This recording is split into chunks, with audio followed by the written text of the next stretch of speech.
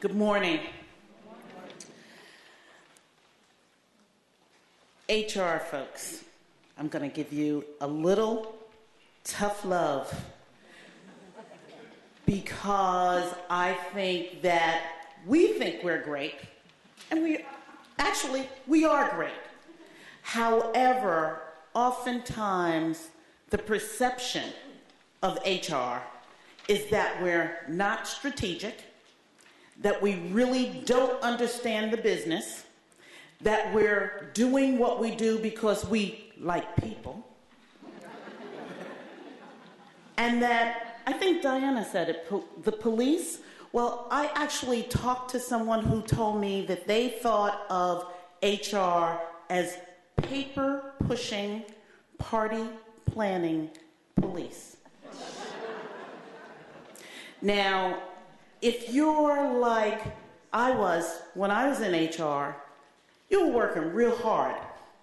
You're coming in early, you're staying late, you're listening to problems, you're trying to keep the company out of trouble, you're trying to move the company forward, and no one cares about you. No one values what you bring to the table. So how do we change that perception? You know, I go back and look at the article that was in Fast Company a few years ago. Actually, it was in 2005, Why We Hate HR. And understand that that article is written about every year. I went back and looked, and comments are still being posted on why we hate HR. Something's wrong. And maybe we need to work very hard at changing the perception rather than working so hard at those performance evaluation forms that no one wants to do anyway. So how do we do that? You know, 2010 can bring about a lot of change. The good news is things are changing all the time. And we have some opportunities now to make some changes, not just follow the changes, but lead the charge. We can do some things while everyone is so busy doing what they do to learn some of the things that are valued by the organization. You know, I talked to a couple of CEOs, and I actually asked them, and I'm going to challenge you to ask your CEO, what keeps you up at night? What troubles you? How might I help? In my handout, I asked a couple of questions, and I just want to go over a couple of them. Is your HR department invited to participate in strategic planning meetings? Now, you don't have to answer that to me, but just think about it. And if you're not being invited to the table, how might you change that? Are you in the know about events? Not the summer party events, the other events. Do they come to you when they're going to lay off or when they're just thinking about making some changes within the organization? Does your finance department make those critical decisions? Or are you involved in that? One that I love, what's the morale at your company? You know, I talk to HR people often, and they say, you know, morale is low. I say, what part do you play in that? You know, while we're talking about liking people, what part do we play? Are they thinking, you know, my HR department is protecting the organization and not really listening, not really paying attention? How many organizations are doing exit interviews and finding out who their top talent, where their top talent is going and why, and then doing something about it? You know, I've sat with HR departments that do exit interviews, if they even do exit interviews, and then they just get filed. Where's the strategy behind that? How many HR people really know the business? How many know who the competitors are? How many have really paid attention to the SWOT of your organization, the strengths, the weaknesses, the opportunities, the threats? And then do you know that for your competition? What does your competition do well? And how can you duplicate that? What does your competition do poorly? And how can you avoid doing that in the future? When was the last time you actually sat with your CEO? And if you're paying attention, who does your CEO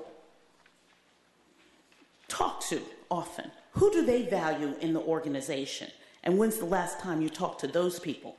Because you want to know how they're thinking and then form your own decision. God forbid, form your own decision.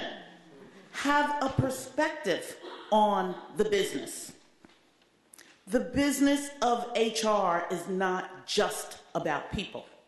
It's about business. And we have the opportunity now, like we've never had before, to do that. What are some of the problems that your organization is either facing right now or going to face? And how can you help solve that problem? What's the profitability going to be? You know, we oftentimes, and you hear this all the time, talk about the human capital being our best asset. And then nobody listens to what employees have to say. We're seen as not having the knowledge of the business to do anything about a problem. If you don't have your company on your Google alert, that's a problem. If you don't have your competitor on your Google alert, that's a problem. If you don't know someone that works at your competitor's organization, that's a problem. And, ladies and gentlemen, if you're only networking with other HR people, that's a problem as well. You know, one of the things or a couple of the things that the 5 o'clock club teaches us is that we need to do our 7 stories and our 40-year vision. And whether you're in transition or not, you should be doing that. If you haven't spent some time, and this is not, Kate, I'm not giving a sales speech, but if you have not paid attention to some of the things that you can do to advance yourself, why would I trust you to help advance my company? CEOs do think like that. And you need to start thinking that way too. Spend some time talking to CEOs. Spend some time talking to people who run organizations. You have an opinion, or should, that's a valuable one. And right now, I'm challenging you to spend some time utilizing those skill sets that you have, brushing up on the ones that you don't have.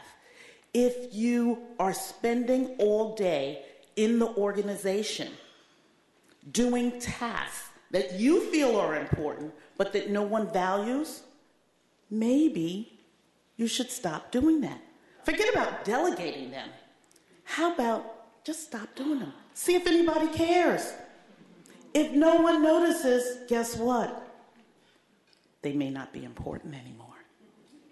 You know, I have a friend who actually is sitting in this audience today, and she sent me an email recently, and it was an HR person sending her an email back from applying for a job.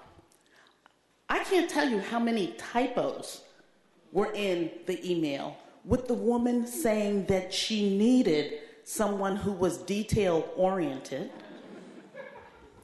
okay?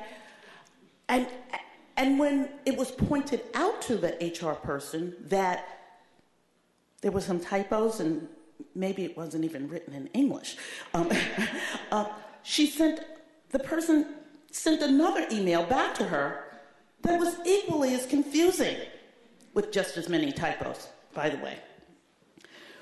We not only have to take care, we're senior HR people, we not only have to think differently, but we also have to train our staff. Now, I just want to do this. We're talking about recruiting and retaining top talent. You cannot have your junior recruiter recruit for top talent if they don't know the business of HR, if they don't understand what the department that they're recruiting for does, if they don't understand the industry, and if they can't spell. We won't even go there. If you go back to your organization and you think through who is the person that represents you to the outside world, you may understand why applicants don't want to go through the human resource department when they're looking for a job. Just think about who does the recruiting for your top talent. Are they really prepared? Are you prepared? And if you're not prepared, you have the opportunity to get prepared. And then you have the responsibility to train your staff. Look at who represents you. Look at how you've represented yourself.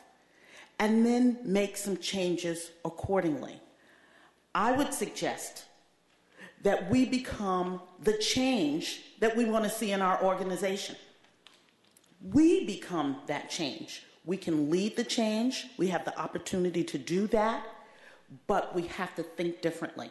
The first thing we have to do is acknowledge that there's a problem and then be ready to address it. I go back to that 5 o'clock club, to that Fast Company article. If you have not read it, or if you have not read it lately, reread it. And not only look at the article itself, but look at I'm telling you, I can't even begin to tell you how many comments that come behind it. There are HR people who are very, very angry by it and just say, I'm not going to read it at all. And then others to say, oh, I hadn't thought of that. Decide who you are in that process and what one change you could make immediately.